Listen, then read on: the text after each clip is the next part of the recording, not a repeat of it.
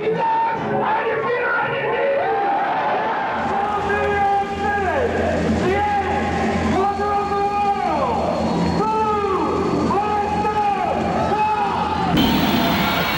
for you now from our very first album. Goes back to 1972. Here it comes.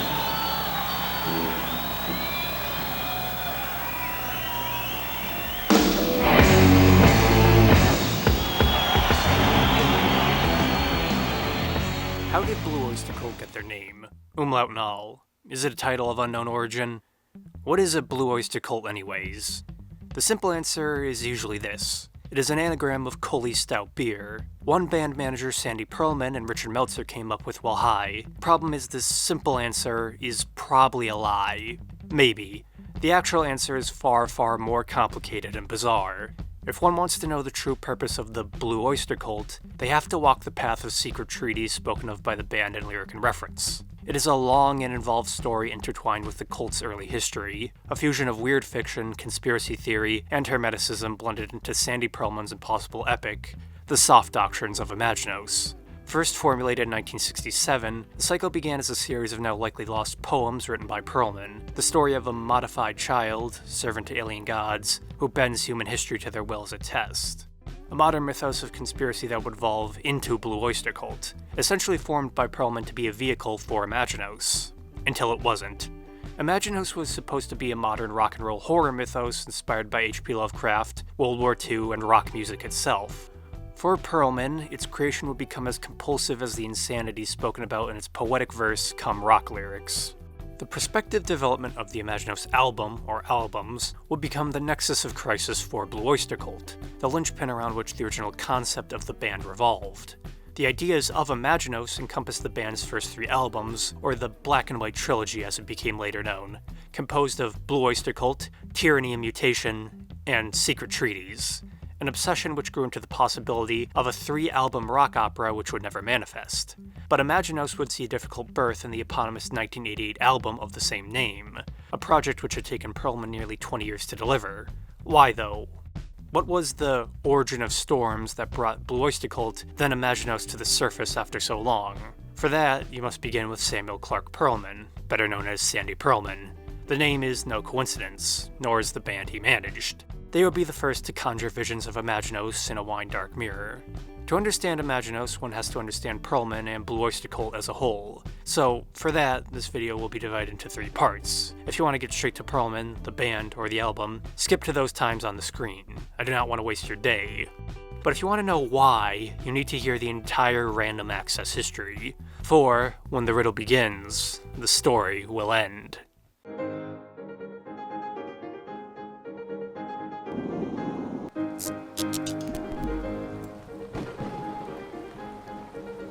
Part 1. Samuel Clark Pearlman. How appropriate a guy named Sandy Pearlman would manage the Blue Oyster Cult. Pearlman himself is a somewhat underappreciated figure of rock and roll and metal history. Those who knew him well, despite the fact he's often regarded as one of the music industry's figures beyond description. A sort of Hunter S. Thompson of rock, cerebral, bizarre, and neurotic. Pearlman was gonzo to several degrees. He got his start as a music critic for the first major rock and roll magazine, Crawdaddy, was friends with major punk figure Patti Smith, and produced the Clash's Give 'Em Enough Rope, and even managed Black Sabbath during the Ronnie James Dio era, which resulted in the Black Sabbath and Blue Oyster Cult Black and Blue tour of 1980. But Pearlman was foremost the manager and producer behind Blue Oyster Cult. The band was a concept all his own, a pseudo-biker band which turned psychedelic during 1970 under the Pearlman-suggested name Stock Forest Group. The name did not last. Returning to black leather roots, Pearlman coined the group Blue Oyster Cult, which all the members hated. His idea for the band was supervillains decked out in black leather, surrounded by anonymity. He even conjured up bizarre stage names for each player. Jesse Python for Eric Bloom, Andy Panda for the forgotten Andy Winters, Prince Omega for Albert Bouchard, Laverne for Alan Lanier, but only Buck Dharma stuck. Most do not even know Buck's real name is Donald Rozier. It was the only Pearlmanism that stuck. Pearlman also stuck around, managing the band from 1967 to 1995 in varying forms. In the group's pre-cult days from 1967 to 1971, Pearlman was the driving impetus behind the band, though after a failed attempt as lead singer, he preferred his managerial role. Despite the group's quirks, Pearlman was perhaps the oddest member, a true fifth Beatle if there ever was one. Pearlman had spent his early years in rural New England or Lovecraft country, where he developed a juvenile interest in horror fiction and conspiracy theories, though he denied ever believing in any of them, commonly reading H.P. Lovecraft, Robert W. Chambers, and manuscripts on alchemy. Pearlman's personality was fringe even for the 1970s. It was not uncommon to see him reading outdated military manuals at recording sessions. Like many facts of the band, even Pearlman's background is often held in dispute. There are some claims Pearlman graduated from Brown University, between graduating Stony Brook University and truly forming Blue Oyster Cult, a claim supported by bandmate Joe Bouchard's testimony, though no proof has ever surfaced Sandy legally attended or graduated the college. He could have simply been yanking the band's chain, or they got it confused, as Pearlman did finish his graduate work at Brandeis University, though, as Lovecraft did base Miskatonic University off Brown, it is very possible Pearlman was playing up the connection and mystique. He knew how to be mysterious. All odd quirks of Pearlman's personality highlighted quite well in the Vizup blog's 5-part feature on Pearlman, The Soft Doctrines of Memphis Sam. An excellent read, though you may not agree with it all. Still, it is a major source of info and theory for this video, but I may draw some far different conclusions. Any reading on Pearlman and the band itself beyond this video is worthwhile. By the late 1960s, Pearlman's ideas and literary influences had been gestating for a very interesting 20 years. The young Pearlman's library likely contained tomes of alchemy, psychology, mysticism, esotericism, and especially books on World War II. Following the lead of horror forerunners Lovecraft and Chambers, Pearlman crafted the semi-fictional Soft Doctrines of Imaginos, a poetry cycle based around the character of Imaginos, and his soft doctrines, a character and object not unakin to Lovecraft's Randolph Carter and the Necronomicon, a young man from New England who discovers awful secrets about himself, and then the universe from a cursed songbook of hidden lore, a cycle of stories which would later be termed a bedtime story for the children of the damned. Beyond weird fiction, though, Pearlman's early inspirations for the aesthetics of Imaginos, then spelled with 2 M's, came from black and white horror movies, then a common fixture on 1960s television. Hammer Film Horror and other studios would inspire the image and sound of Imaginos. As Pearlman would claim decades later, the soundtracks of such films would inspire rock and roll and later heavy metal. In both sound and sensation, Imaginos became Pearlman's own expression of this. Okay, I'll give you the accelerated version. Please. In around 1830, the French composer Hector Berlioz invented the modern symphonic orchestra. He tremendously inflated the size of the orchestra and inflated the amount of brass that was present in the orchestra. In the good old days, it was mainly all strings all the time. I don't want to tell you how, depressing that could be, so I won't. But with his Grand Messe de Mort, his Requiem Mass, the piece was written to be performed outdoors in the Place de la Concorde in Paris. It was one of these pieces that began to be commissioned mainly in France for public performance in enormous spaces. So he created an enormous orchestra and enormous choral forces to perform it. So the Dies Irae section, Day of Wrath section, is indeed exactly what it purports to be. Yeah. It is shockingly frightening. And it presents instrumental textures and volumes that were never, ever, ever, ever seen before. This is completely off the scale. So a bunch of people paid attention to what Berlioz was doing down through the years. And they were most prominently Liszt, Wagner, and Bruckner. Right. And they began to write music for this tremendous orchestra. The one who produced the real heavy metal prototypes or textural prototypes was Bruckner. It's a little bit later than the other guys. Let me just jump in. Is it the bombast, the virtuosity, the timbre of the sound? The timbre is a good choice. It's really the distortion of the sound. The performance instructions that Bruckner supplies in his scores call for the brass players to actually create a kind of mechanical distortion, which sounds a lot like a distorted guitar. Right. Texturally quite similar. Right. All right, what's the connection? How does that get to heavy metal? There were people who studied under Bruckner or studied under Bruckner's disciples in the conservatory in Vienna who eventually wound up leaving the German sphere during the 1930s for good reasons, since many of them were Jewish. They came to the United States and got jobs in Hollywood writing film music. They wrote a lot of horror film music. Now, I don't know how old you guys are or exactly what the scene is here in Canada, but let's say between the late 50s, and the mid 80s, every male that I know in an Anglo-Saxon country, watched the horror film orgies on Friday and Saturday nights. Let's say it's something better to do. And they wound up writing these scores for horror films and science fiction films that were seen by adolescent males in all Anglo-Saxon territories. Well, I can't speak for New Zealand, but but Canada, the U.S., England, yes, they did, and the most interesting kind of an immediate proof of this concept is, of course, Black Sabbath. By 1967, the fetal concept of Imaginos had coalesced in Sandy's poems, though Imaginos was still spelled with 2 M's. It would not be until the mid-70s the full concept of Imaginos, as it is known today, would be formed by Pearlman.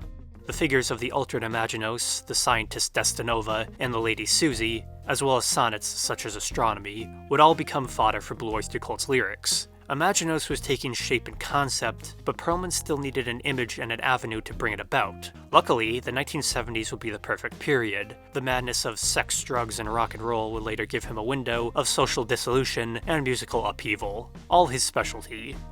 Perhaps the only figure that paralleled Pearlman's development in mystique was the equally occultic artist Bill Galop, a forgotten figure who I've already covered, but there is a reason Galop and Pearlman were friends. Both were heavy readers with a shared interest in World War II and social transformation.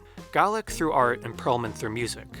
Pearlman Galop's obsession with World War II would be a running theme within the band. Beyond Galop's supposed influence from Albert Speer, Pearlman wrote several songs related to the conflict, which weighed heavily on the themes of Imaginos, all due to his expressed interest in the war's technological acceleration, social destruction, and superfluity of violence. Most obviously with Pearlman's open interest in the technological arms race between the United States and Germany during the war, though curiosity in technology was shared by the entire band and would be present even beyond Pearlman's contributions. Pearlman did also have a morbid curiosity in fascist ideology, though. The theme of the noticeably Jewish Samuel Clark Pearlman being obsessed with Hitler's empire did not go unnoticed by bandmates. Albert Bouchard has stated Sandy was a really well-read person, but would go on to explain about his more bizarre fixations. He's like a Jewish wannabe Nazi, so that's kind of strange too. He's really totally into occult ways of doing things, which makes me think he's a Jewish pagan. The combination does not exist, but in his mind he's very fascinated by the old druids and all that stuff. But he wants to put it in the context of the future rather than going backwards, so he thinks about the whole thing with the world wars and stuff as something in the future. Definitely a fascination that was not completely uncommon in the wider context of the 1970s. The era of the Manson family, Watergate, discovery of MKUltra, Stephen King publishing Carrie, and cults proliferating across the United States. The reaction of the rock and roll 70s against the peace and love 60s. Pearlman and Galop were participating in the social backlash of the period's rebellion. Their interest, though, went deeper, to say the least, though what exactly Pearlman knew and what he believed is long debated. He was looking to feed the concept of Imaginos through the decade. No surprise Bill Galop was a close confidant then. Before Galop became more and more unhinged by 1972, Pearlman wanted Galop to be Blue Oyster Cult's main artist. Pearlman clearly believed Galop's art reflected something in both Imaginos and Blue Oyster Cult in general. Until Galop disappeared, that is. Still, the artist's major parting gift to the cult would be the famous Saturn symbol, or cross of questioning, or hook and cross symbol still displayed prominently by the cult, their major call sign to this day. Theories on its true origins range from the symbol of the god Saturn, to the alchemical symbol of heavy metal, to a symbol used by the Romans to mock early Christians, but, like Galop's whereabouts, its true origin is a mystery. In all likelihood, it was a logo conjured by Galop's mind. Albert Bouchard has attested with Norm Prusslin the hook and cross was Galop's invention alone, a symbol produced at the start of a decade of conspiracy and social violence. There was a lot of things in the air, many of which Sandy Pearlman was aware of and interacted with. Blue Oyster Cult's home base was Stony Brook University on Long Island, literally a stone's throw away from New York, the eternal nexus for America's cultural zeitgeist, and, during the 1970s, full of violence and social anxiety, as Joe Bouchard's Hot Rails to Hell can attest. Rumors have abounded for years about Pearlman's odd links through both the music industry and in private within New York. The most notorious being Pearlman was a frequenter of the Warlock Shop, the major occult bookstore in New York in the 70s, where the law believed both actual cults and dangerous radicals gathered. Now, Pearlman's connections are both an interesting and dangerous topic to speculate on, because all of New York's occult underbelly passed through Herman Slater's shop at one point. It is often better left to speculation, but there is a good amount of material floating around about it.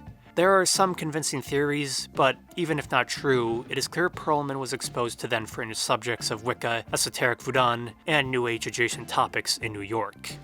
The most common theory is Pearlman's supposed connections to the infamous Simon Necronomicon. Urban legends attribute its drafting and creation to Pearlman, but solid proof is very lacking. The book is/was a combination of Lovecraft lore, Aleister Crowley's Thelma beliefs, and other fringe theories derived from ancient mythologies, all compiled in a single scripture, for lack of a better term. All subjects Pearlman had passing familiarity with, though the Simon Necronomicon, named for its anonymous author Simon, was published in 1977. Pearlman's status as Blue Oyster Cult's manager at the time makes him a possible candidate, but even in the 80s and 90s, it was doubtful. By the 2000s, Pearlman outright denied being the author, but he was aware of it and the rumor. Back in the 70s, he had more pressing concerns than writing a knockoff Necronomicon. He had his own Transmaniacon, as it were. Transmaniacon is an interesting word, one of Pearlman's own creation that featured on the 1972 release of Blue Oyster Cult, a combination of trans, through a crossing, mania, maniacal or mania, and con, in reference to the aforementioned Necronomicon or continental travel. The term appeared as the title of the song Transmaniacon MC, MC standing for Motorcycle Club, about a hellish group of bikers and the pure destruction they wreak tweaked out on beers and barracuda, reds and monocane, and pure nectar of antipathy. Chaos that morphs into a sort of a rock and roll ritual of social strife. As with any Blue Oyster Cult song, its meaning is up to personal interpretation, but, according to hotrails.co.uk, Albert Bouchard once explained it was about a mythical group that Sandy Pearlman invented called the Los Maniacos Busboy Club, which was supposed to conjure up a picture of insane Mexican waiters that have a musical group. A name which was once floated as a name for the band before Sandy decided on Blue Oyster Cult. That connections between the song, the band, and drugs and rock and roll are on purpose, though perhaps cult was better than Los Maniacos. The song itself is a sort of skeleton key for understanding Pearlman, a microcosm of his influences and ideas, and through that, thus the driving force which led to Imaginos. Transmaniacon MC's main inspiration was the Altamont Free concert of 1969. Altamont itself is name-dropped in the song, a free rock and roll concert which descended into chaos from poor planning, the amount of drugs in the audience, and hiring the Hells Angels as security guards. A recipe for disaster which resulted in the infamous death of Meredith Hunter, and several beatings dealt out by drunken bikers, all of which had a profound effect on Pearlman, likely what convinced him of rock music's destructive and transformative effects. Pearlman supposedly planned to write a book about it and rock music in general called The History of Los Angeles, but nothing ever came of the planned book besides a few excerpts. The ideas would become rooted in Pearlman's psyche for the next few decades, though, if his lyrics for Blue Oyster Cult tell anything about his mental state at the time. It was an interplay of dominance and submission with all its pseudo-psychosexual implications. A second dimension expressed in the Pearlman penned song, Dominance and Submission. A song which features the mysterious feminine figure of Susie, or as Pearlman has referred to her as, some bitch. A character supposedly based on one of Pearlman's former girlfriends. The character, vaguely associated with Imaginos, floats about the Blue Oyster Cult discography as a common figure.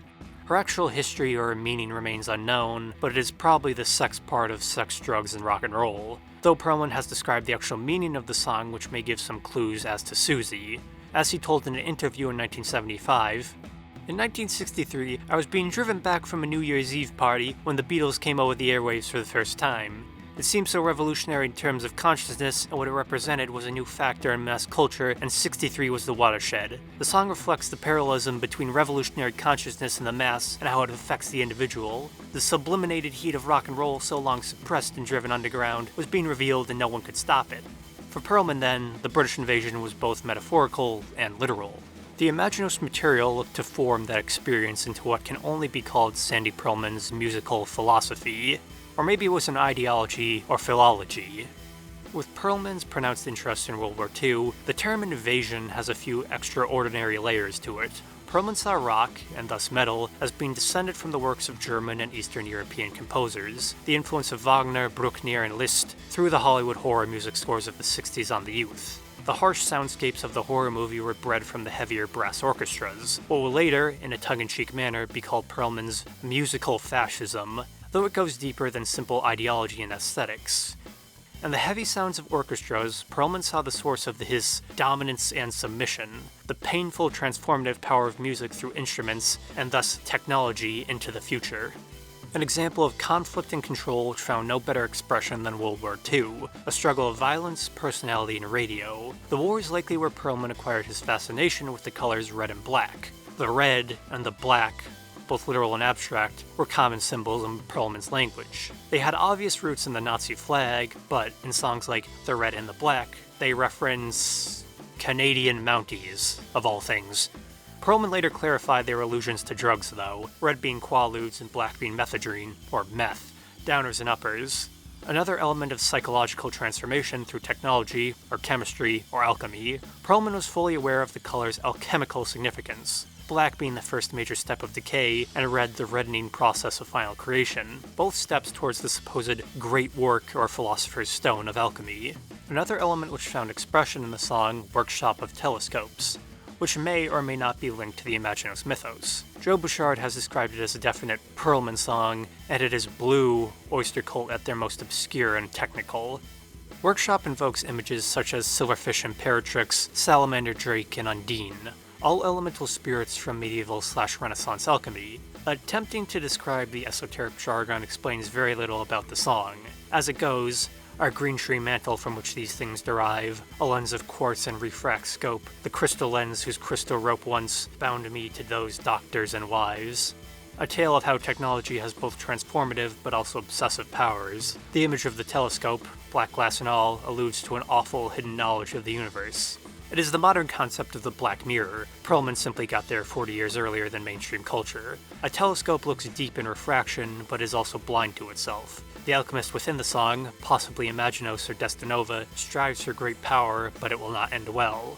As many Blue Oyster Cult fans have deciphered, Workshop of Telescopes has a cryptic twin, an ME-262, Pearlman's semi-ironic ode to the World War II-era German warjet, the Messerschmitt 262. Joe Bouchard has described the song as goofy, in a good way, which, when inspecting lyrics, it is obviously meant to be, but it best represents Blue Oyster Cult's interest in the convergence of history and technology.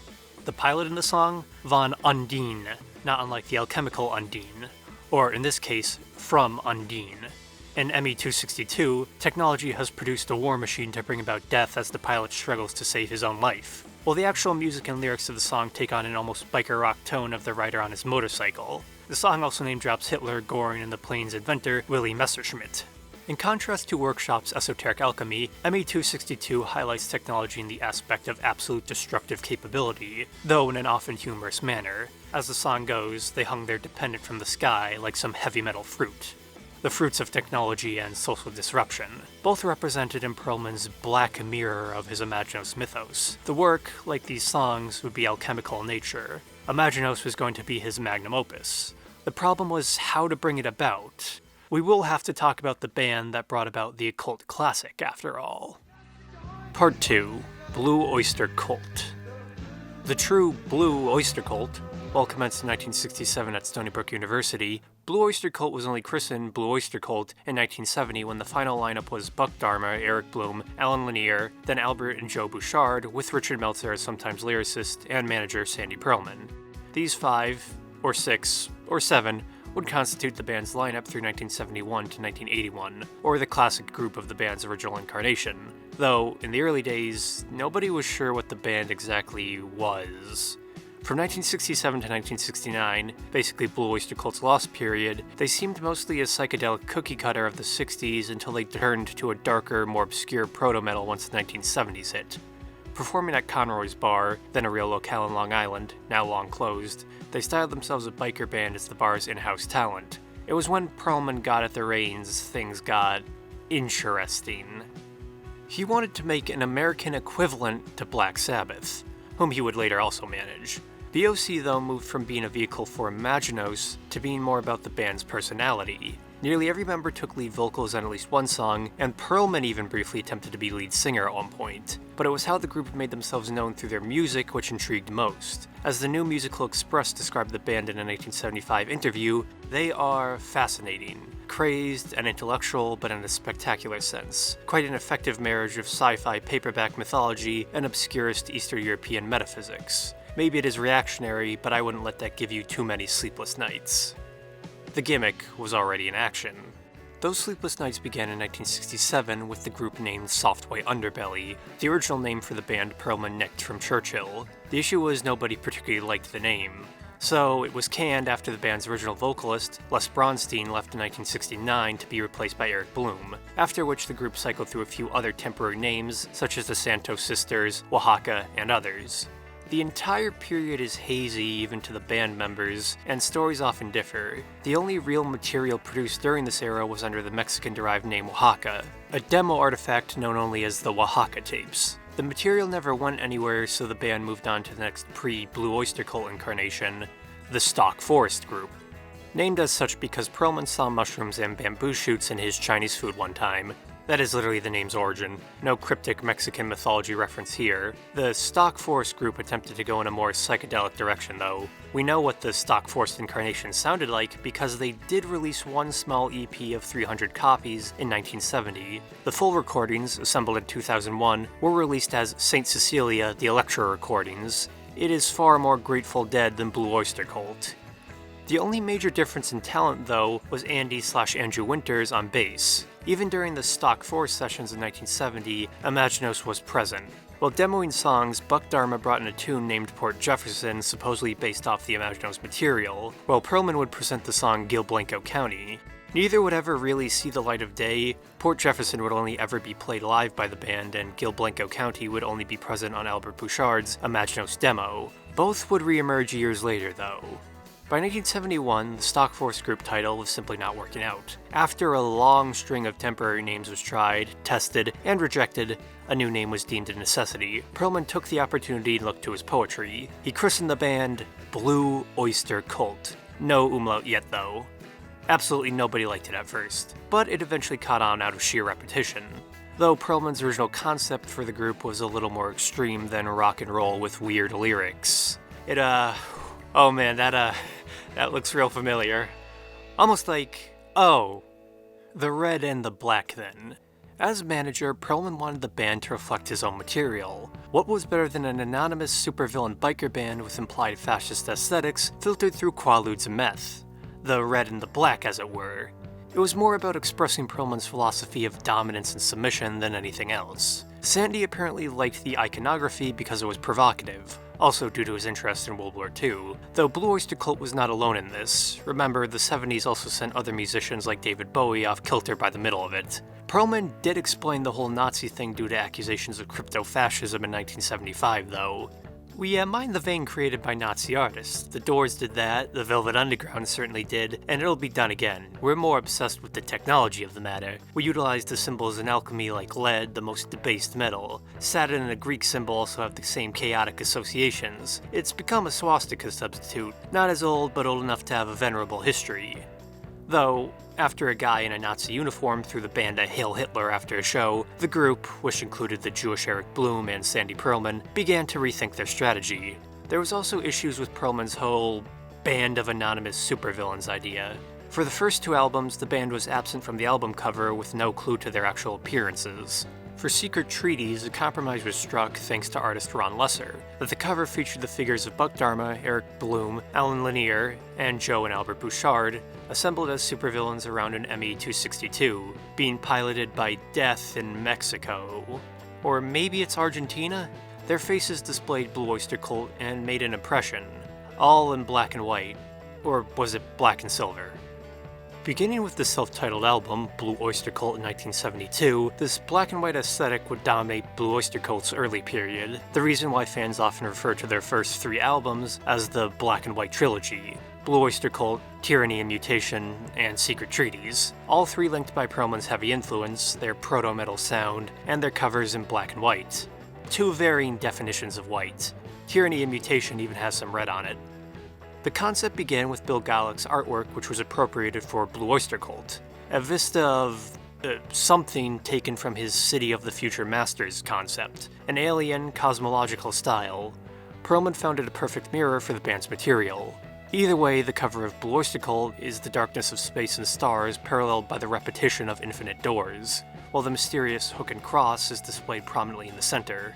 An obvious influence of surrealism, futurism, and American comic book style artwork on Galluck's style, supposedly solely defined while an art major at Stony Brook University. A visual representation of Galluck's interest in cosmology and weird fiction. The back is much the same.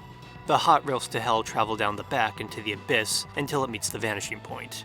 Galluck's obscure diagrams were a good companion to the band's material.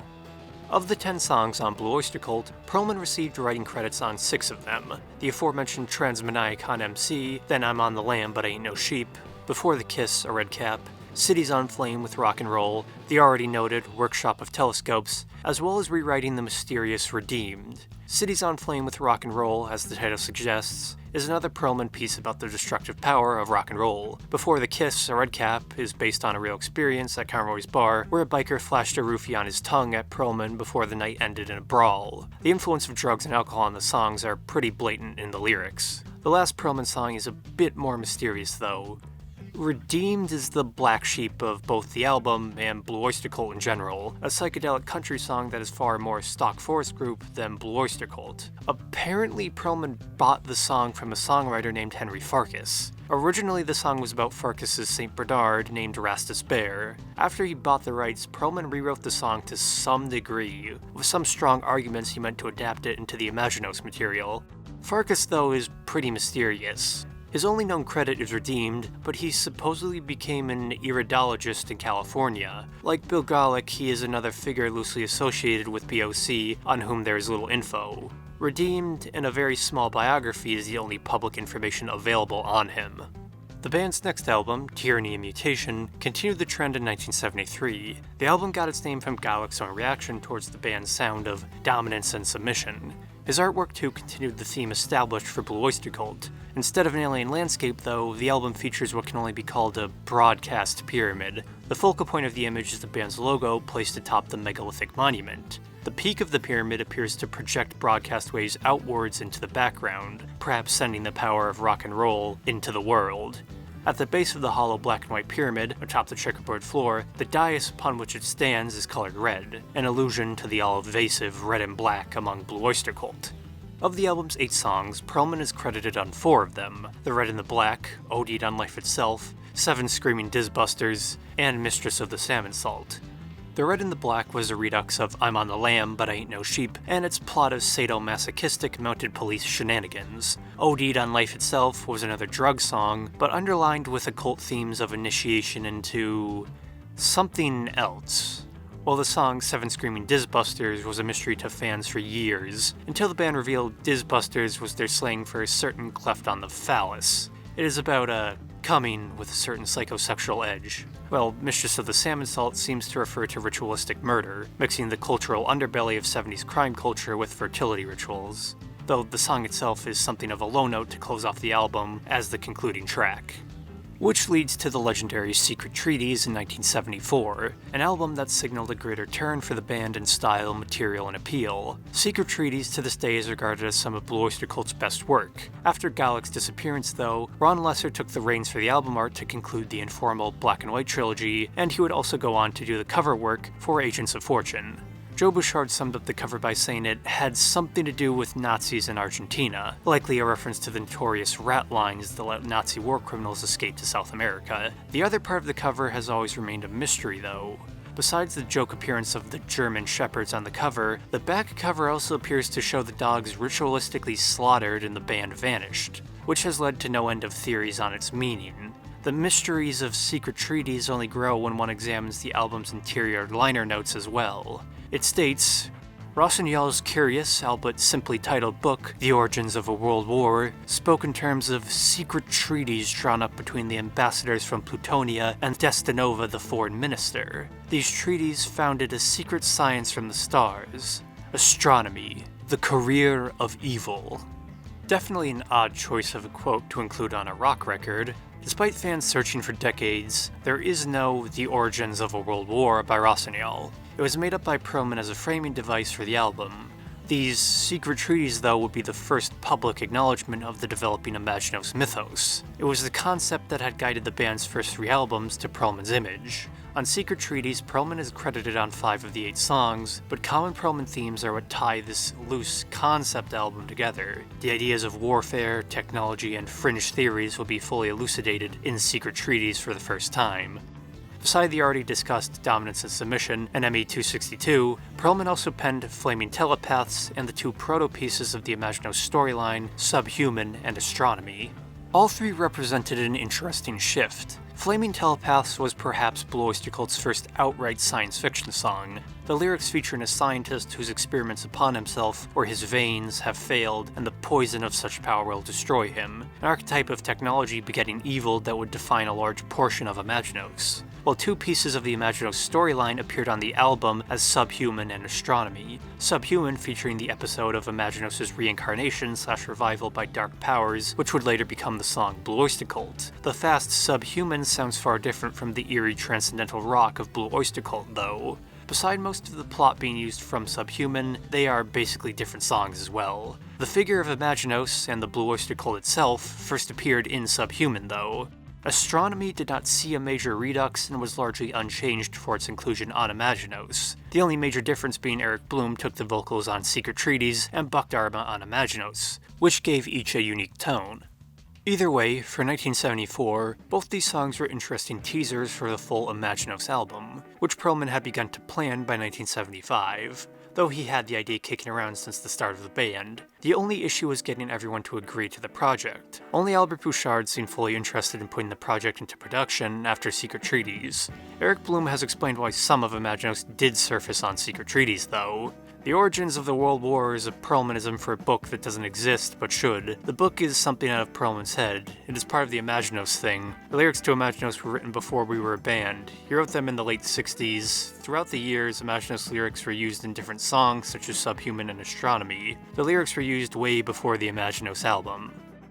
Imaginos is a standalone album Pearlman had hoped to put out between 1975 and 1976. The band's big follow-up to Secret Treaties, and the culmination of their entire discography so far. Pearlman already had a rough estimation for the complete, but early concept of Imaginos by 1975, as he attempted to explain the album's storyline to New Musical Express. Our next studio album is built around a song cycle. It's about a child who grew up in New Hampshire and discovers he has the ability to reconcile the imagined with reality. There's no gap between his imagination and his ability to realize it. He can accomplish what he imagines and imagines what he's going to accomplish. It was a rough outline that would be refined into the Imaginos album, though here it was likely still Imaginos with 2 M's. Pearlman would have another 5 years to fully mull over the concept. Why?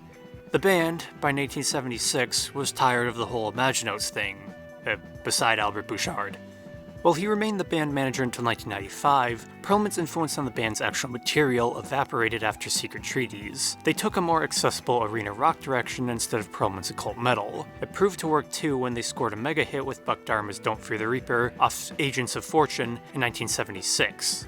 A song that would prove to be Blue Oyster Cult's most influential and enduring song, for better or worse. This was followed in 1977 by Godzilla off Spectres, which also rocketed up the charts despite its only vague resemblance to the band's actual sound. It is common to accuse Don't Fear the Reaper and Godzilla and other hits as being the factors that changed Blue Oyster Cult, but they were likely parts of a natural evolution for the group.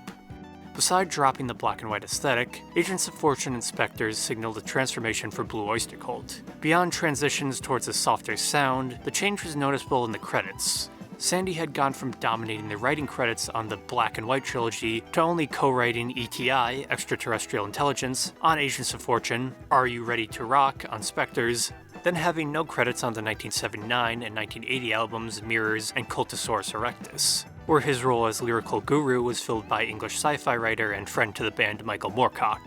After the single Burning for You hit the top of the charts in 1981, Imaginos was completely dead in the water.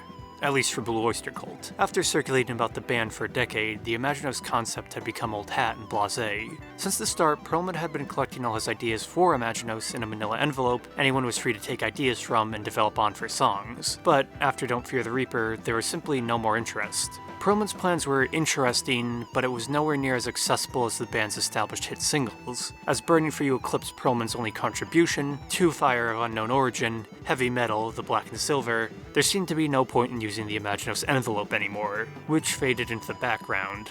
By 1980, it would have been some avant-garde vanity project only the most hardcore fans would have cared about, if they could even understand what Pearlman was attempting to do without an outright explanation. Imaginos had fallen a long way off from being the band's next album. The idea was simply far too large and bizarre to sell in the 1970s music market. Beyond the subject matter, who was going to buy a 3-album rock opera in the 1970s or 1980s? Even today, with a far more connected fan base, musicians would still probably have problems selling that to anyone. Beyond a core fan base, that is. So, by the 1980s, the money men at Columbia, and likely the band too, thought the entire project was sales poison. Pearlman was good at promoting things, as his tenure with Blue Oyster Cult shown, but his sales pitch on Imaginos left a lot to be desired. Pearlman had actually attempted to give a preliminary explanation in 1975. Secret Treaties began the concept with the Desdinova theme. The new thing is called the Soft Doctrines of Imaginos. See, I like to use these naive, densely stupid terms. It's a trick of some Russian literature to totally obliterate metaphors. Anyway, Desdinova is a student at Brown University in Providence who lives there to be close to Lovecraft. He's a Frankenstein figure who achieves through research what Imaginos understood instinctively. He forms the axiom. Desdinova appears in Astronomy, and some of the songs yet to come out. Pearlman's many attempts to sell the pitch to Columbia fell on deaf ears. He needed anything, even just basic material, to prove the idea was even barely viable. The band too was unresponsive as they worked to develop their own identity outside of Pearlman. The transformation brought on by such hits like Don't Fear the Reaper and Burning for You. As Eric Bloom attested, a few of them never really got what Sandy was going for. Sure, they respected the smarts and promotional acumen, but the whole Imaginos thing was beyond them. They understood the basic story for the songs, but beside Albert Bouchard, nobody connected with the material like Sandy did. As Eric Bloom admitted years later, I got the general idea, but not necessarily every nook and cranny of the story Sandy had written. For instance, I knew that the aliens lived underwater.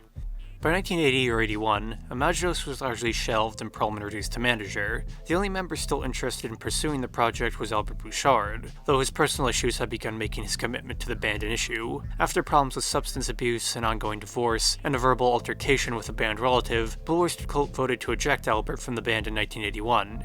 He parted on rough terms with most of the group, but Pearlman reciprocated his sympathy. After his own role had been reduced to manager, and Bouchard kicked out by 1981, the two decided the time was now or never to make Imaginos a reality.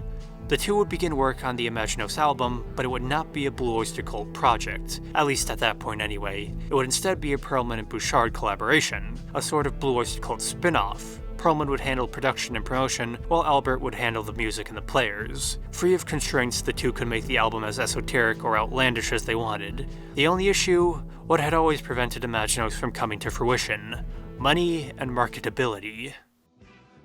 Part 3. Imaginos. Considering how long Imaginos had been delayed, it was no surprise Columbia was hesitant about funding it. The band's own resistance to touching the material was proof enough of that. It was a massive gamble from the start. To the 1980s market, the project was outlandish. Incredibly interesting, but outright impractical on paper. Pearlman only had 3 factors going for him: the success of The Who's earlier rock opera, Tommy, in May 1969, proving the idea was possible, Albert Bouchard backing him up on the project, and their earlier success with Blue Oyster Cult, which had name recognition.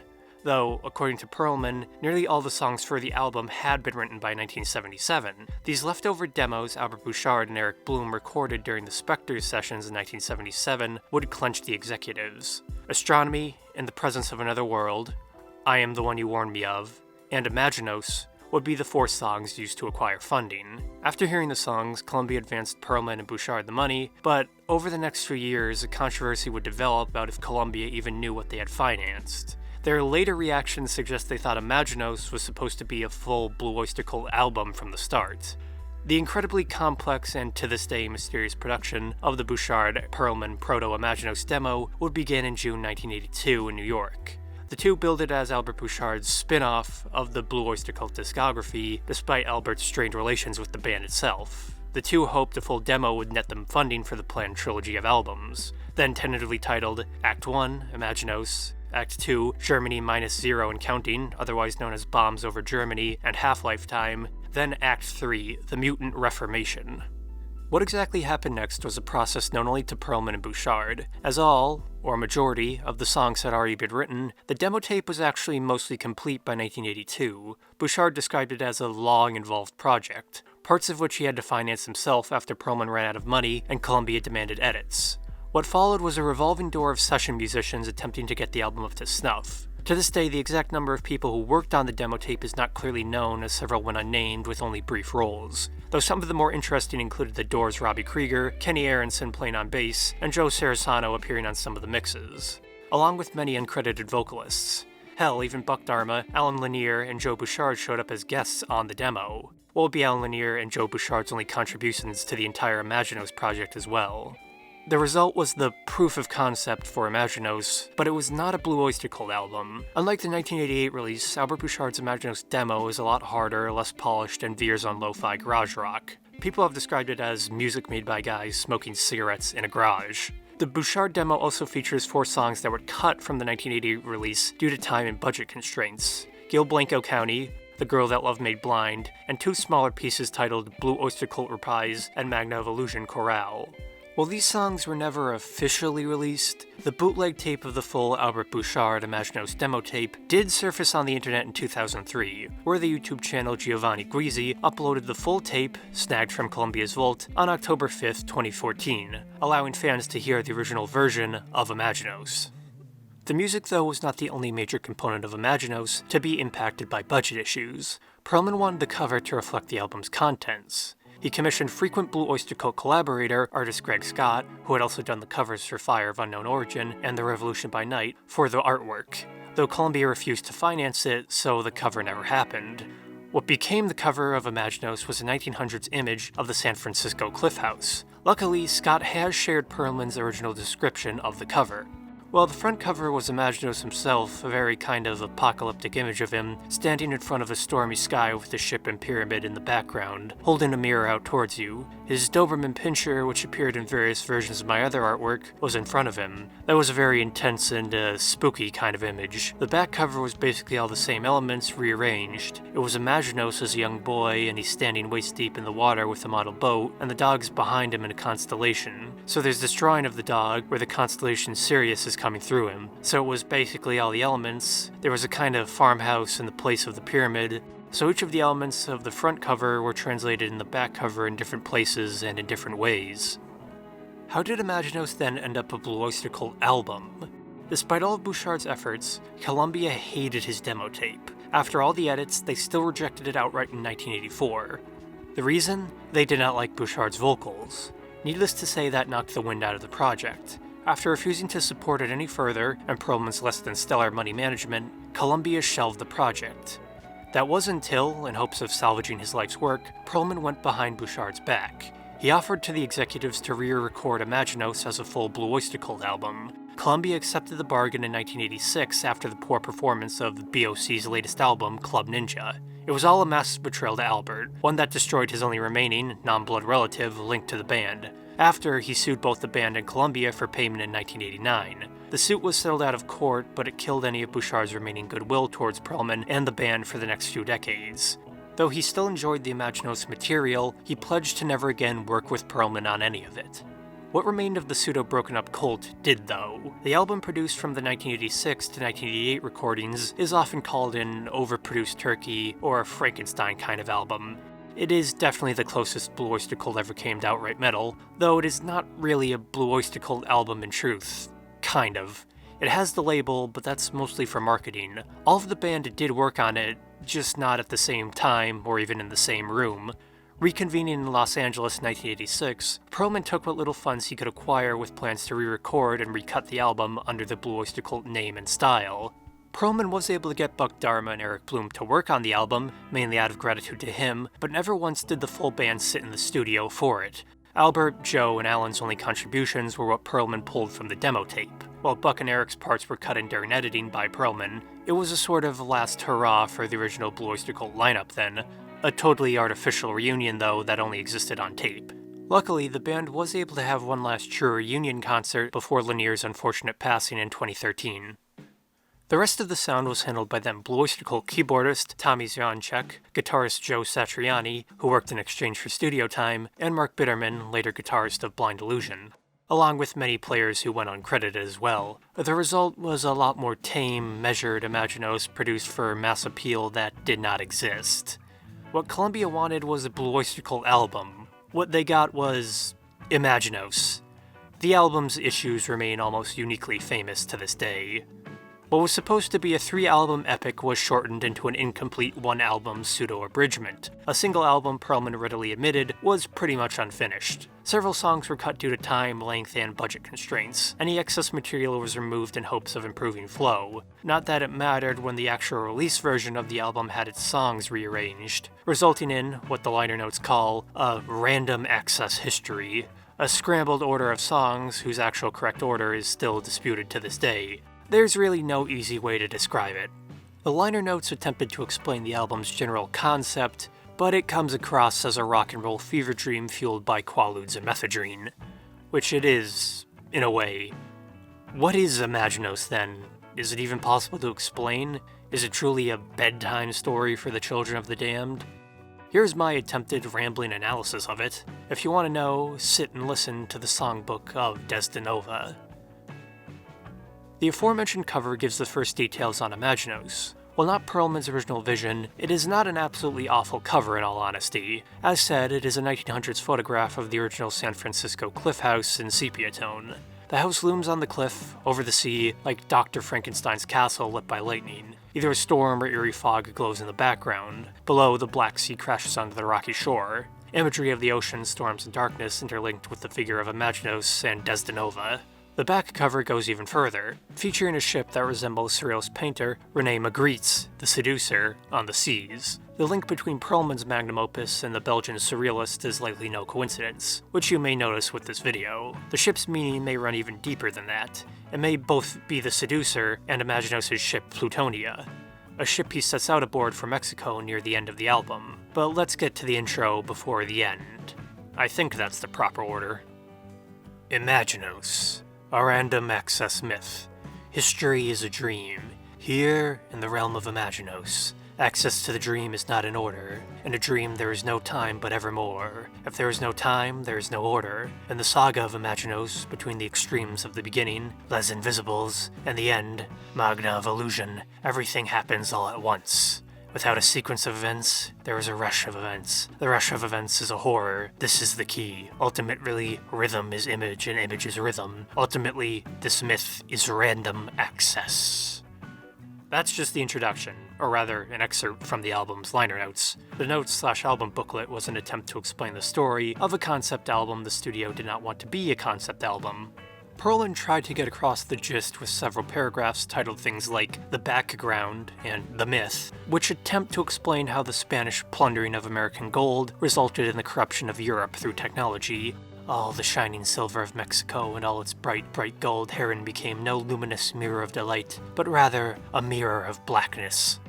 Gold as the alchemical noble metal, while the black glass of technology was the obsidian mirror of the Aztecs, which links to the invisible ones, the alien gods who desire to test humanity through their agent, Imaginos, a boy born in New Hampshire in the 19th century who will, as it says, through the power of perfect vision and imagination vested in him by Les Invisibles, he will bring the world to a rendezvous with its own destiny, to change the world's course, to write history, to tilt the axis of destiny. Imaginos becomes the world's greatest actor, a transcendent role player, an actor of history. The history, then, is random access, a term used to describe the fact that the featured order of the songs makes no logical sense. The major issue of the album. Supposedly, Columbia reshuffled the song order for release in hopes of burying the larger Imaginos concept, which they feared would alienate new listeners. Instead, this destroyed the album's chronology, making an already complex concept near incomprehensible. Due to that, there is no universally agreed order to the songs, if there ever truly was one. Some follow the album order, some think the Bouchard demo tape is the gold standard, others make their own. The order here, along with the cut songs, is what I feel makes the most sense in story, though you are free to have your own opinion or form an alternate one. The spoken word introduction comes not from the album, but the radio/music video edit of the song Astronomy, a monologue spoken by American horror author and Blue Oyster Cult fan Stephen King. As a thank you for using Don't Fear the Reaper in The Stand, Pearlman offered King a role in the Imaginos album. King had expressed a deeper interest in the Imaginos concept, but had to pull back by the mid-1980s due to issues with drug addiction. Still, King lended his voice to the intro of the album, though this intro never made it onto the actual release of the album. For some reason, likely due to Columbia's meddling, it was only used for the Astronomy music video produced by Pearlman, then only released to the public on Blue Oyster Cult's Rarities 1969 to 1988 album. It is one of the oddest pieces of Imaginos miscellanea. How much appeal King's voice would have had in the late 80s was questionable since he was an author, not a celebrity known for their voice. But it works. King is a creepy bastard after all. He nails the mood of the album even by the first line alone. Imaginos, performed by Blue Oyster Cult. A bedtime story for the children of the damned. The monologue is curious too, as it is the only known, complete, unedited excerpt from Pearlman's The Soft Doctrines of Imaginos poetry. As it reads, "A bedtime story for the children of the damned. From a dream world paralleling our own in time and space, the invisible ones have sent an agent who will dream a dream of history. With limitless power, he becomes the greatest actor of the 19th century. Taking on many disguises, he places himself in pivotal junctures of history, continually altering its course and testing our ability to respond to the challenge of evil. His name is Imaginos." After that, the story kicks off with the lick-rollicking ballad of Spanish colonialism and esoteric astronomy, Les Invisibles, or The Invisible Ones, a prelude to the main album that opens on the Spanish conquest of the New World, or the Anti-Eden, lands under the influence of the Les Invisibles. It introduces the themes of astronomy, alchemy, and folklore and mythology that will occur again and again throughout the album.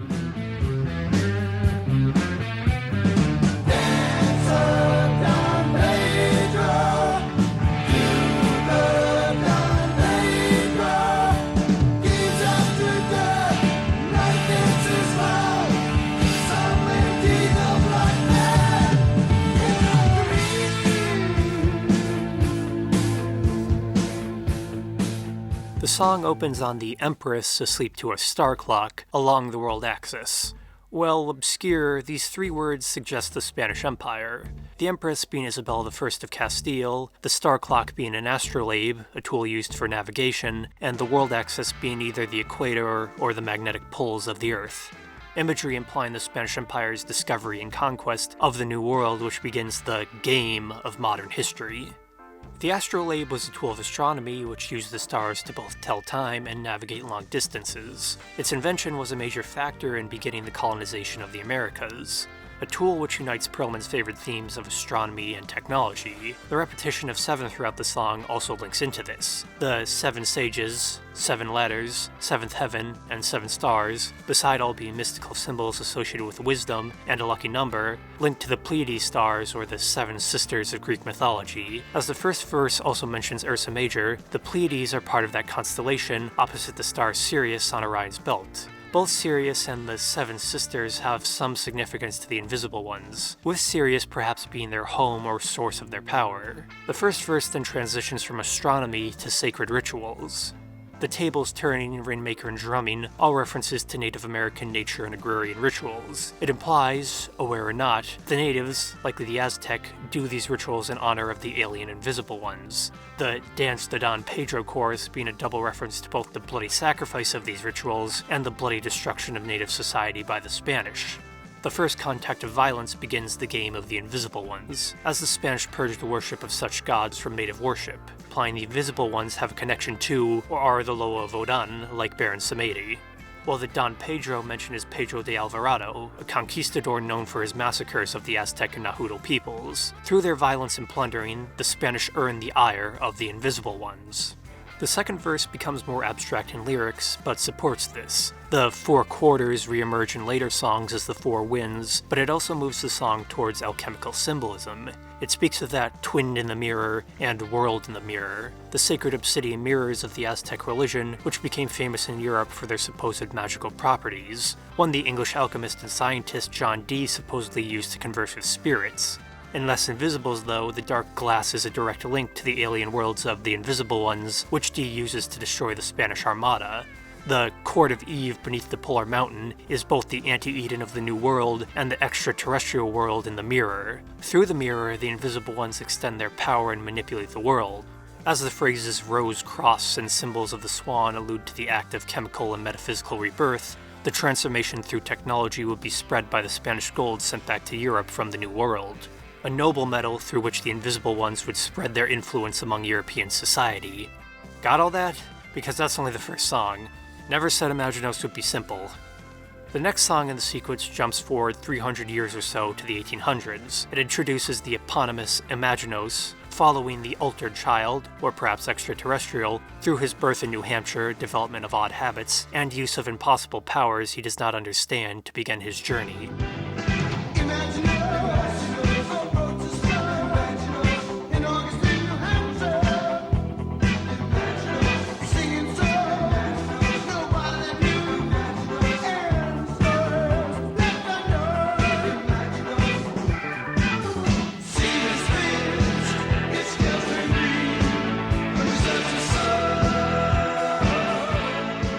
Imaginos, as a child, enters the story singing songs nobody knew and stories left undone, an odd habit foreshadowing the already strange child's links to the Invisible Ones, strengthened by describing the boy as a fish with his scales turned green. While not blue, the aquatic phrase connects him to the Blue Oyster Cult and acts as homage to H.P. Lovecraft's Deep Ones. Imaginos' next transformation is into a buzzerado to travel from New Hampshire to Texas.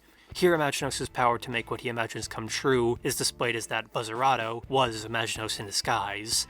The outro then mentions Imaginos' transformations into a buzzerado, or buzzard in Texas, pinwheel in Vermont, and a bungo pony, which serves as a reference to the red and the black, linking another Blue Oyster Cult song directly into Imaginos.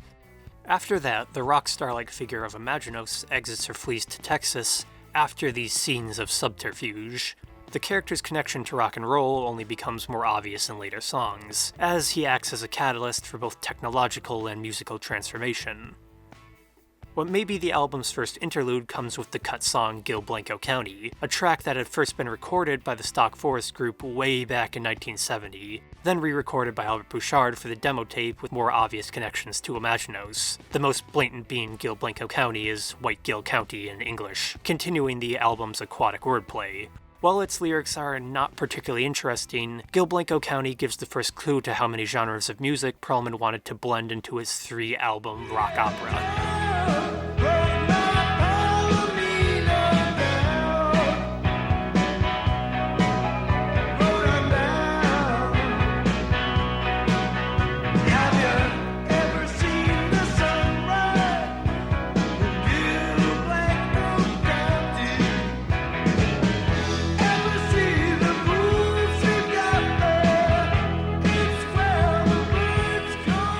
Gil Blanco County is basically a country song.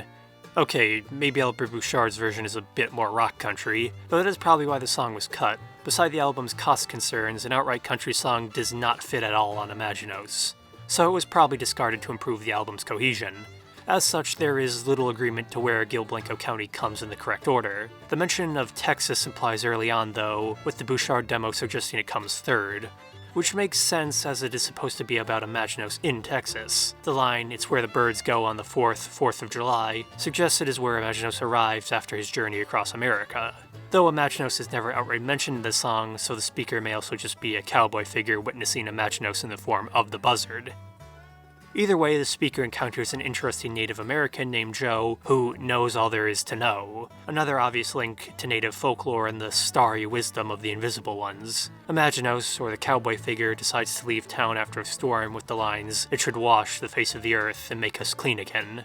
Beside the water reference, the wash also foreshadows death and rebirth into the identity of Desdinova upon the Mexican seas.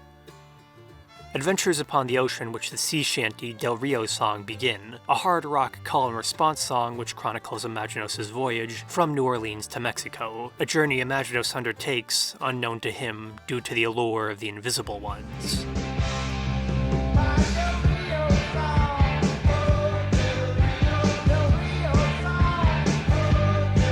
Del Rio's song is another hint at how varied an unshackled Imaginos album could have sounded. The refrain of Del Rio's song, O Del Rio, mimics a sea shanty. Despite meaning from the river in Spanish, Imaginos' seafaring commences from New Orleans on, as the song says, 1829. After 20 years, Imaginos, grown to manhood, begins his destiny. The first verse recounts Imaginos' travels towards New Orleans as he is drawn by the sight whose imagery is sometimes that of fear. The invisible ones reaching out to him through dreams to guide him. The bridge is where things get interesting. Sung by Eric Bloom with an effect added to his voice, it mentions Imaginos' secret destination, which is lost, last, and luminous, and filled with relics of jewels. He is guided by a doctrine that is soft to this rehearsal ground, metaphor for the invisible ones guiding the unaware Imaginos to the sunken city where he will realize his true nature, a ritual that will take place on this rehearsal ground as a true ghost dance or secret religious rite. As the song fades out, Imaginos returns to Subhuman. Just as Imaginos will be remade into Desdinova, Subhuman was converted into the transcendental Blue Oyster Cult, the song which introduces the band's namesake from Pearlman's poetry. It sounds a lot like later Blue Oyster Cult material with a few cues taken from progressive rock. Is it superior to Subhuman, though?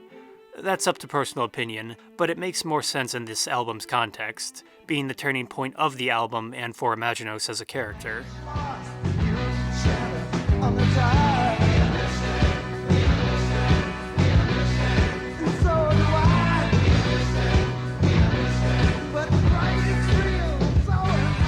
It begins with Imaginos betrayed and abandoned by two good friends on his voyage, left to die somewhere on a beach in Mexico where oyster beds seem plush as down. The invisible ones intervene to save the dying Imaginos. He has become a holocaust or sacrifice over which the invisible ones weep. Here he is offered up to be saved by the mysterious Blue Oyster Cult as he is ripe enough for the Luxor dream. Imaginos is ready to be initiated into his true nature, the Luxor dream being a reference to the Egyptian temple site of Luxor and the revival of the god Osiris from the dead in Egyptian mythology, an episode of ancient myth often connected to ancient alien conspiracies, a link which Pearlman obviously alludes to with the extraterrestrial invisible ones and the Oyster Boys. As Imaginos tells recall the dream of Luxor, or remember the revival of Osiris, he is brought to the sunken city as entry is by Seaweed Gate. Death, or perhaps rock and roll, overcomes him as he is lost in reverb, and that is all that seems. The song turns with the tongue-in-cheek, "So ladies, fish and gentlemen, here's my angled dream." Imaginos is soon retrieved by the Oyster Boys on behalf of the Invisible Ones. Vertigo, the disoriented Imaginos feels as the subhuman creatures drag him deeper into the sea or temple structure. As they come to him, they chatter of lost and language lost, revealing ancient and unearthly origins, a fact which terrifies Imaginos as he too can't understand them. He responds to the cult's animalistic repetition of, "We understand," with the lone phrase, "And so do I." Here it becomes clear, the Oyster Boys are the alien servitors of the Invisible Ones, Pearlman's parallel to the Deep Ones. Imaginos must now join them and fulfill the Invisible One's whims as Desdinova. The third verse, while not entirely clear, focuses upon Imaginos' transformation, an instant shape of Mercury lost and then retained. Mercury, literal or not, draws a connection to alchemy with Imaginos' transformation. Either way, Imaginos is revived by the one deal he made with the Invisible Ones. To join the Blue Oyster Cult in service of the Invisible Ones, Imaginos now becomes Desdinova, or the Eternal Light. Night comes and the stars arrive over the sea, so the skies become a scroll, and Imaginos can read his destiny in their astrological significance. Now, as Desdinova, he understands.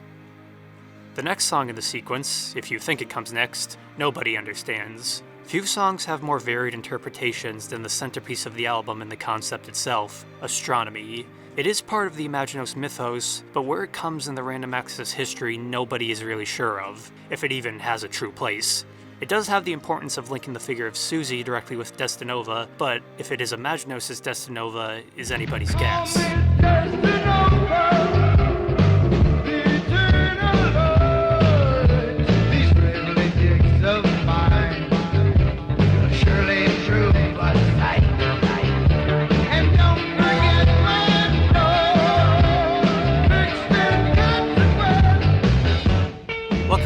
Astronomy is one of the few songs Pearlman offered his own explanation for. It's New Year's Eve and Desdinova walks into the Four Winds Bar, which was a real place, and actually joined on Atlantic Beach. He plays this game with two girls which he has to complete in the 6 hours from midnight to dawn because he can't stand the light. It's sort of corrosive. There's a parallel with the rose, which is similarly overfilled, the symbol of overripeness and decadence. The dog is Susie's familia and the carrier of starry wisdom from the actual dog star. Lovecraft had this term starry wisdom cult, which was so apt I had to use it. How accurate this explanation is to the version on the Imaginos album is unknown. Pearlman also directed the music video for Astronomy, but it has little to do with the actual lyrics or the Imaginos storyline, on the surface at least. The alchemist or scientist figure in the video may be Imaginos being influenced by a figure of starry wisdom. Thematically though, the video fits with its emphasis on the sea, drowning, and transformation. It's just so choppy it is hard to tell what is happening half the time. Sandy's description also leaves out a few of the more spicy and bizarre parts of Astronomy, suggesting Pearlman purposely left the song with a lot of subcontext and possible alternate interpretations. The figures of Nurse Carrie and Susie have some relationship to Desdinova, who they seek to summon through this game as the clock strikes 12. Carrie invites Susie to take a walk upon the beach, where she will explain where wind comes from, a situation loaded with significance for this album. It is cryptic phrasing for beginning a ritual that involves a map behind the clock at the Four Winds Bar, a ritual the two seek to perform with implied drugs, alcohol, and other actions. The two prepare the place by locking 2 doors, leaving one open for Desdinova's entrance, then another open door that mirrors that. This invites a hellish glare and inference, or the light that never warms, being either daylight or the eternal light which Desdinova manifests as. Eternal light being the title this incarnation of Desdinova introduces itself by, which suggests this form, perhaps a pure light, Desdinova has taken will not make sense to Carrie and Susie. As it says, these gravely digs of mine will surely prove a sight. A mysterious phrase which seems to link this Desdinova with Imaginos' power of transformation, as he has taken a new form or gravely digs. Desdinova then calls back to Imaginos' Doberman Pinscher, a trait envisioned by Pearlman for the cover art, and also the dog star with the line, "Don't forget my dog, fixed and consequent." With no apparent conclusion, the song fades out on Astronomy, a star. After the interlude of Astronomy, the story resumes with the Imaginos turned Desdinova in the hard-rocking hymn I Am the One You Warned Me Of, a song which begins Desdinova's new destiny given to him by the Invisible Ones. Now aware of his fate, Desdinova must use this starry wisdom to manipulate history as a test against humanity.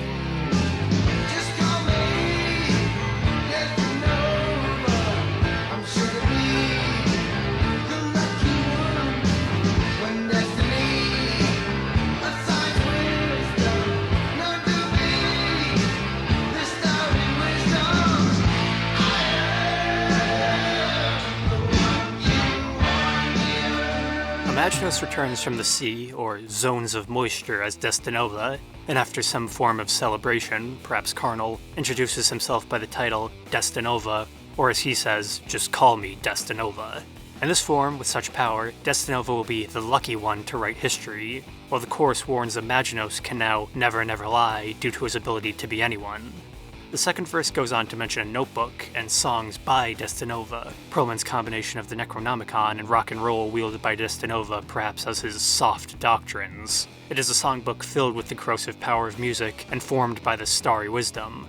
But due to his transformations, no one can detect Desdinova's manipulations across the world and history. Here, Desdinova becomes the enemy of humanity, who will force them to advance through conflict. The figure of Desdinova bearing close resemblance to Satan or Lovecraft's Nyarlathotep. Special mention in the song goes to Desdinova's hilly eyes and green rings, which become his only major description. Those obscured sights and fancy dreams, Holy Mass, those 13 fancy dreams, being a reference to both the dreams given by the Invisible Ones, but also allude to the satanic Black Mass or Witches' Sabbath, ceremonies carried out at night where witches were said to worship the devil. Those frost warnings from the women's farms then could have something to do with those black magic rites. Imaginos says Desdinova has become the enemy of civil order to sow the seeds of global conflict. His eyes, like bottles of blackness, a reference to a Lovecraft short story, show his true nature through them, both empty and full of knowledge like the black glass of a telescope. The third verse concludes with Desdinova playing the music of his notebook behind a clock upon a church's belfry. as the scene shows that Desdinova is both eternal, but may also have some power over time, which suggests I'm the one you warned me of, and astronomy may be taking place concurrently, as the clock upon the church may be a twin to the one in the Four Winds bar. Those timely tunes could also be written behind the bar's clock, which allow him to enter the system from the outside, a system that is either the global order or the flow of time and dreams. With the powers of rock and roll, Desdinova will manipulate the nations of the world to bring about the dominance and submission he has accepted the bargain to create. Imaginos' adventures as Desdinova continue with the album's third interlude, the cut song, The Girl That Loved Me Blind, another track found only on Albert Bouchard's demo tape. An elusive song about Desdinova as a scientist, or in the guise of one, courting a woman, maybe through her dreams, then partially revealing his true nature to her. Well cut, the slow love song is once again another clue at how diverse a full Imaginos album could have sounded. We danced in time, or didn't you know? This dance was time.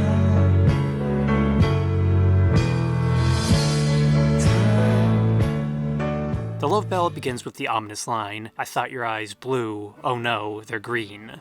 A physical transformation of Desdinova, which connects back to those hilly eyes and green rings. Taking place at Christmas, Desdinova fools and entrances the girl into a dance at a party, though it may be a little more than a normal dance as the astrological symbols return in full force. This is a party of astrologers on the way to Aldebaran. The star Aldebaran connects back to Les Invisibles. Some native Mexican tribes believe the star provided the light to the constellation Seven Women Giving Birth, known in the West as the Seven Sisters, or the Pleiades stars. A line suggesting Desdinova seduces the woman to sire an heir, because, as the song continues, he reveals his true form to her and takes her as a ghost inside. This experience changes her in a psychedelic manner. Feeling drugged, reborn, resigned, the girl remains in Desdinova's castle and spins with him into a quarter which is a mirror maze. Still, the dance carries on between them. The final lines in this mirror maze suggest the castle, the party, and the dance is Desdinova entering her dreams as, "There's no return from this castle of mine for the powers that be, the girl and her dreams, the girl that love made blind." This love has made her blind to the true form of Imaginos as Desdinova, the eternal light. Imaginos can still feel love, but he's either saddened she will never know the true him, or purposely makes her forget his true form and mission. This love has made the girl blind to him. The love ballad then segues into its absolute opposite, the hard-hitting, heavy metal dirge of warfare, the siege and investiture of Baron von Frankenstein's castle at Wyceria, a phrase which may hold the record for the longest metal title ever used. For brevity, call it siege and investiture.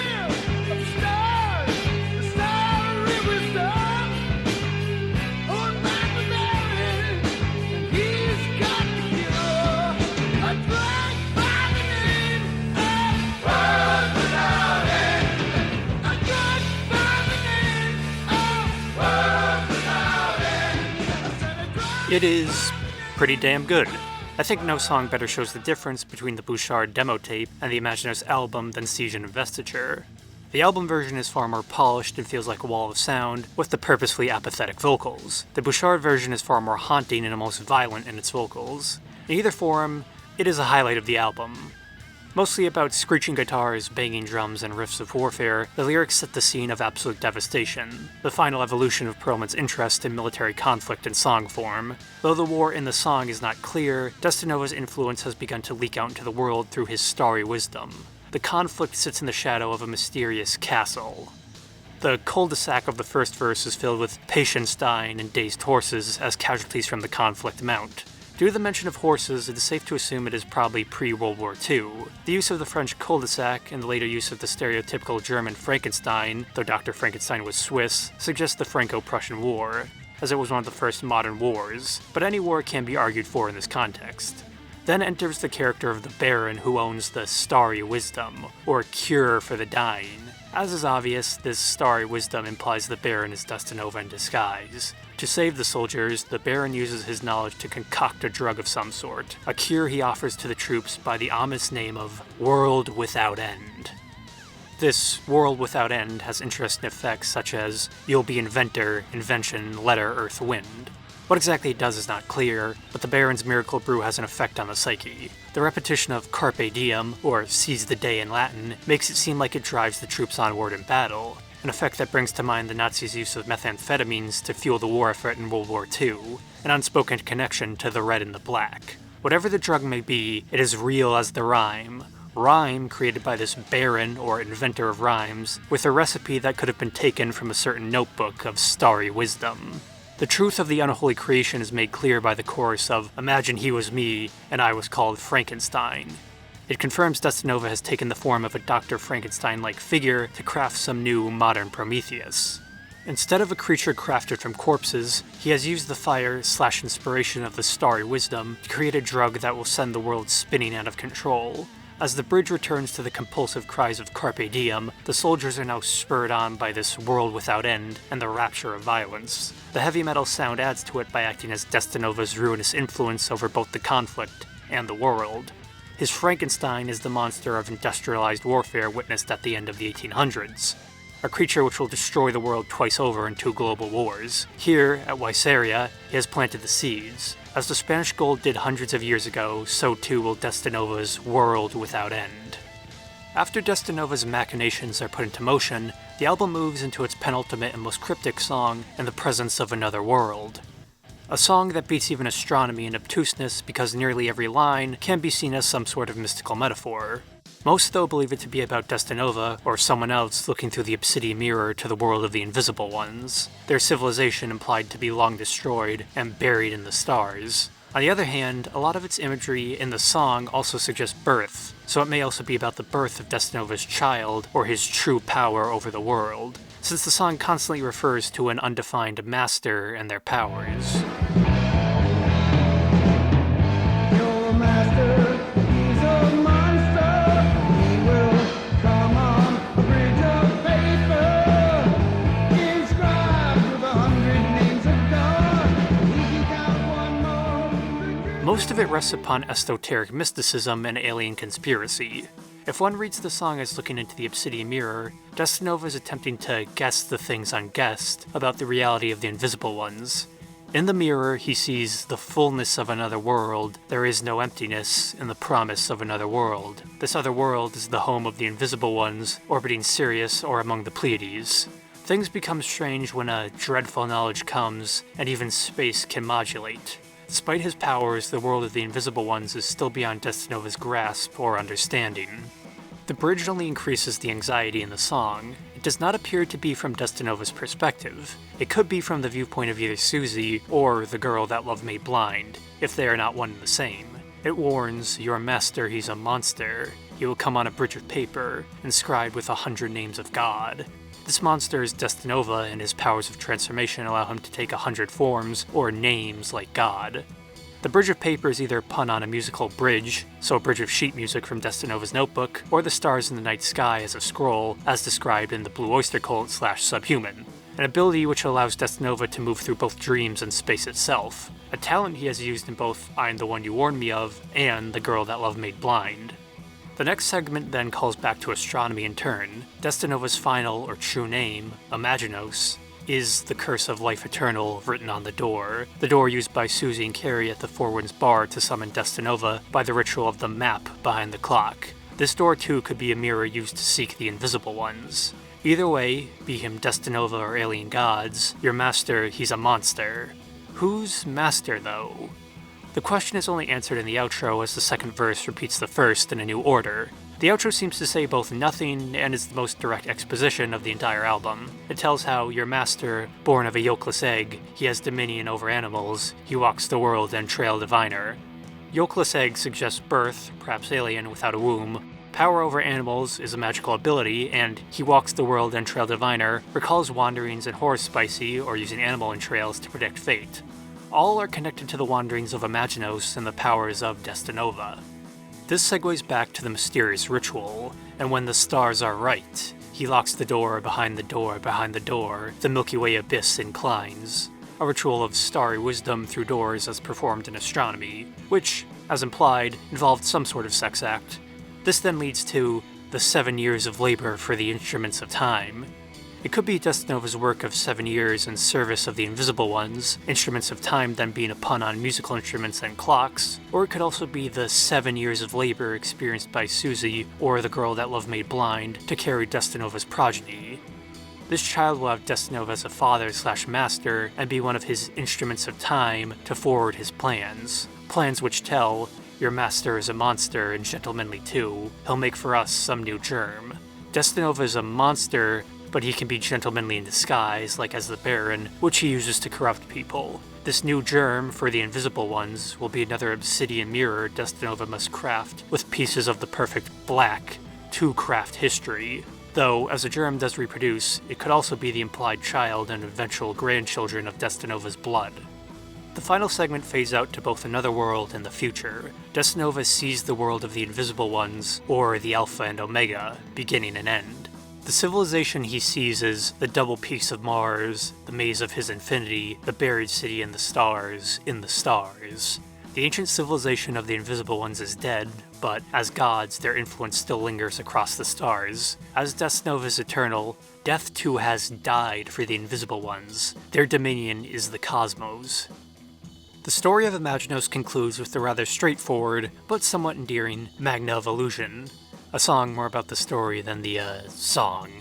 It jumps forward an unknown amount of time in the random access history, to where Desdinova is an old man, still eternal, living in Cornwall, England. His house upon the harbour is built on the strand by the lighthouse at Lost Christabel, a name referencing the author of the Rime of the Ancient Mariner, Samuel Taylor Coleridge's lesser-known poem, Christabel, a narrative poem about a mysterious girl with a strange mark. The connection to Coleridge's poems are direct, as Grandad sets out across the ocean to complete his mission, a mission he will pass on to others. On August the 1st, 1892, and in the guise of destiny, Granddad took Cornwall. I'm the captain of the ship, he said. My ship is charmed and armed, and called Plutonia. Storms on land, storms at sea, between 1892 and 93, when Granddad sailed from Mexico. The first verse largely describes the house of the now old in appearance Desdinova from the view of a granddaughter, though it is unclear if this is Imaginos' biological granddaughter or the granddaughter of the identity he has assumed. The song tells how Cornwall is where witches went mad more than once, and how the house stood the test of time against the starry gale and bloody time. In the house, filled with books, there stood a certain book, perhaps a songbook, with a certain prophecy. This scroll read, "When the riddle begins, the story will end." What an ending it will be. Desdinova then must complete his quest for the mirror after years of research. 70 years after arriving in New Orleans, he must return to the sea to reach Mexico. The older Imaginos quit Cornwall in the guise of destiny on August 1st, 1892. Before he goes, Grandad informs his granddaughter he is now captain of a ship. One he says, "My ship is charmed and called Plutonia." Here is Desdinova, the foreign minister mentioned in secret treaties, from Plutonia who serves those ambassadors. Then, between 1892 and 93, Grandad sailed for Mexico. Following the path of the Spanish, Imaginos now sails to where it began and where it will end. The ship sails for a Magna of Illusion, or Great Illusion in Latin, which is the legendary obsidian mirror of the Aztecs, John Dee, and Desdinova. In Mexico, he finds it deep within the ground, in a chamber of jade grown like a seed. It is a deeply unnatural object with dark power. Taking the mirror, Grandad returns home across Europe's rim, but, through tears and smiles, a phrase suggesting the still human Imaginos in Desdinova understands what horrors it will unleash in 20 years. The final journey has taken him late to the story that has been, but early to the riddle not yet begun. Grandad returns to England on August 1st, 1893, a year after his departure aboard the Plutonia. The ship sailed like Irae into Cornwall, bringing Desdinova, his dog, and the mirror with it. Grandad returns in the midst of his granddaughter's birthday party, where he presents the mirror as a gift. "I've come a long way," said the captain, "from Lost Christabel this night, accompanied by my dog Familiar, to blast your rafters with my surprise. Granddaughter, it's a foreign mirror, taken from the jungle by crime." Accompanied by both Doberman Pinscher and the Dog Star, the scientist Desdinova gives his legacy unto his granddaughter. As the outro comes, the party comes to a conclusion. The party's over. It's all over. But In her dreams, something happens to granddaughter. Desdinova speaks to her. Behind closed eyes, realize your sight, my granddaughter, proves a surprise. Both Desdinova and the mirror have begun to influence the child. Like her grandfather, it foreshadows she too will change. As the girl is, more light than sun, more dark than night, more a snare than lust. She will have a part in the story of the eternal light. The cut Magna of Illusion Chorale was supposed to bookend the album before it was cut. A repeat of the song's first verse done by Albert Bouchard in a sing-song voice. The short piece concludes itself and the album with the dire warning of A cryptic prophecy, when the riddle begins, the story will end. The mirror, though, will remain forgotten in the house's attic for 21 years, but it will not forget the world. The corrosive influence of the Invisible Ones will spread across Europe from it. Its starry wisdom will poison the minds of Europe's leaders. Then, in 1914, World War I breaks out, a disease with a long incubation. Its influence will reach its peak in the horrors of World War II, a conflict which Pearlman obviously envisioned as the final act of the Soft Doctrines. Desdinova's actions draw close to destroying the entire world, until, I guess, the mirror is likely destroyed in the Blitz in 1941 by, let's say, an ME-262. But that is only my ending. Imaginos' ultimate fate and the true conclusion to the Soft Doctrines will likely never be known, though.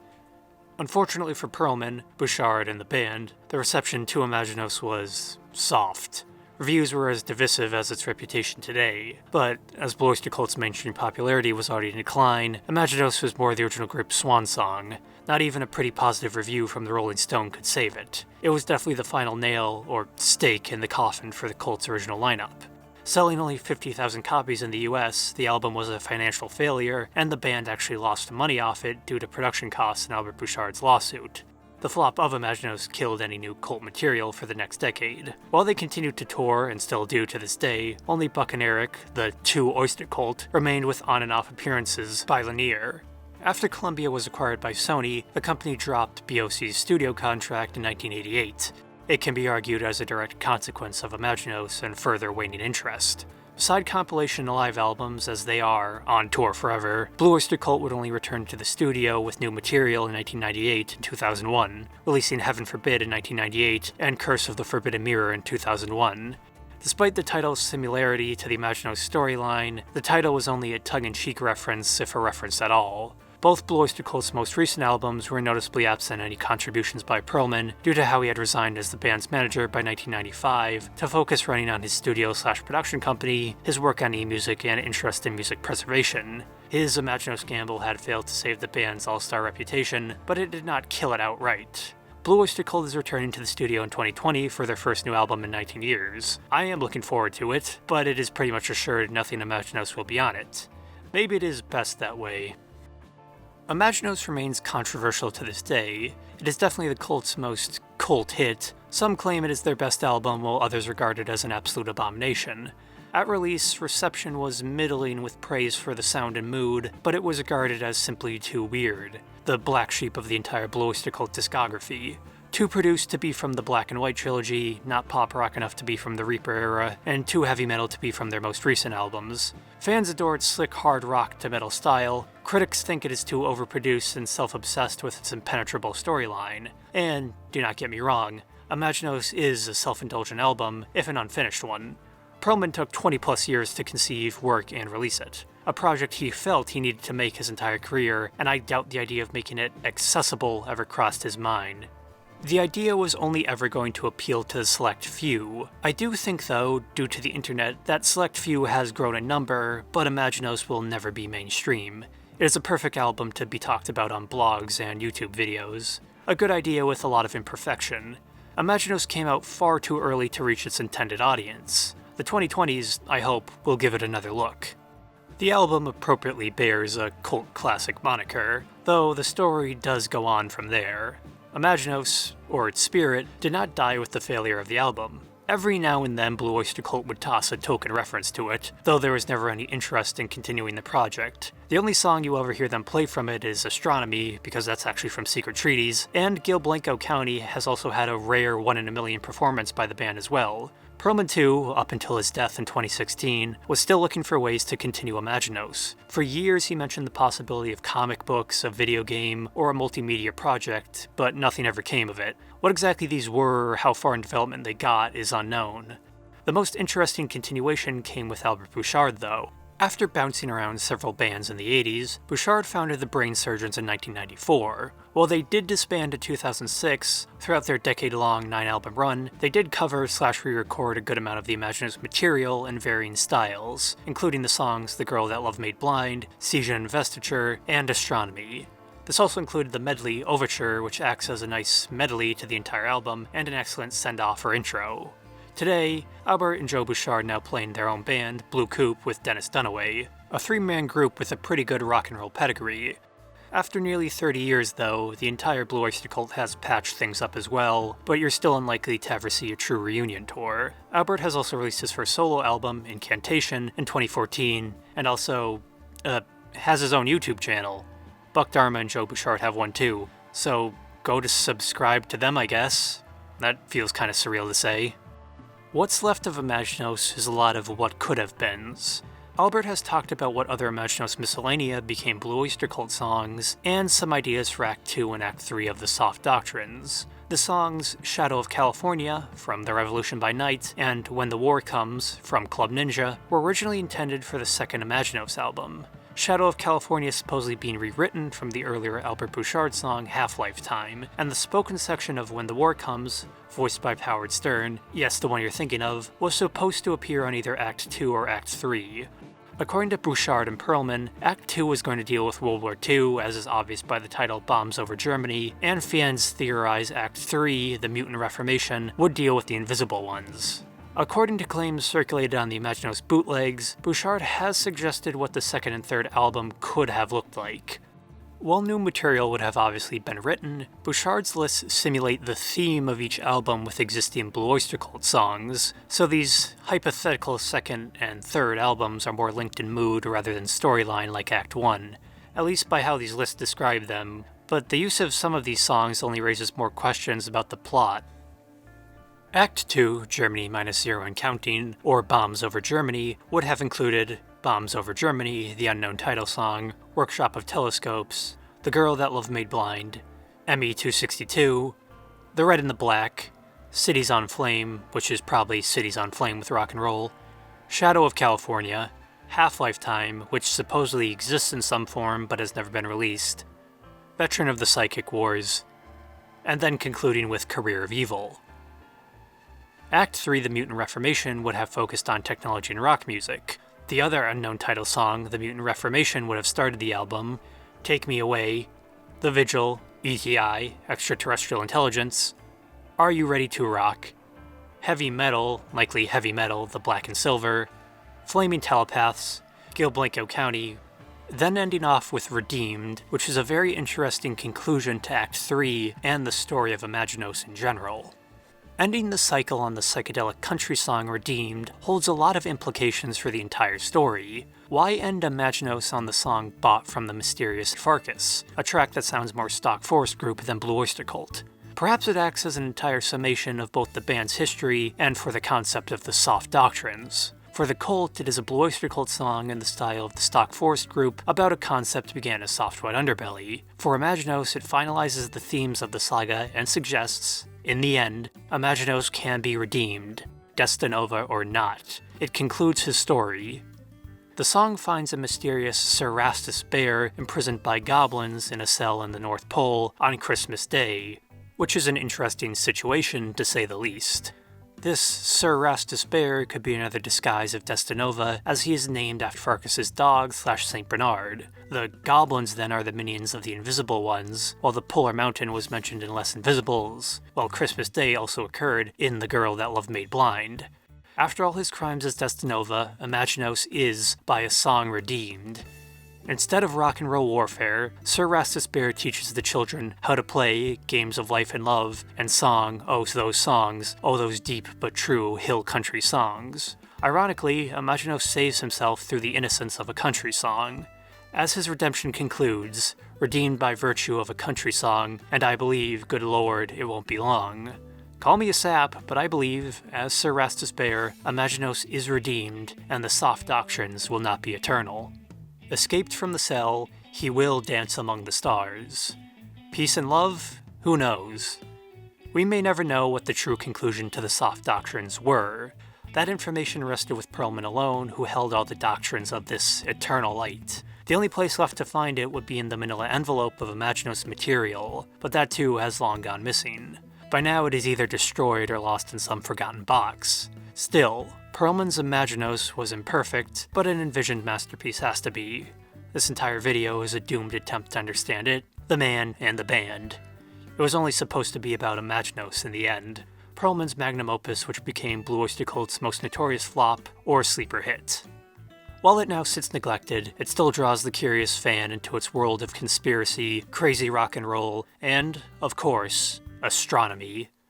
A good story has to end with a mystery, because humanity has to imagine, when the riddle begins, the story will end.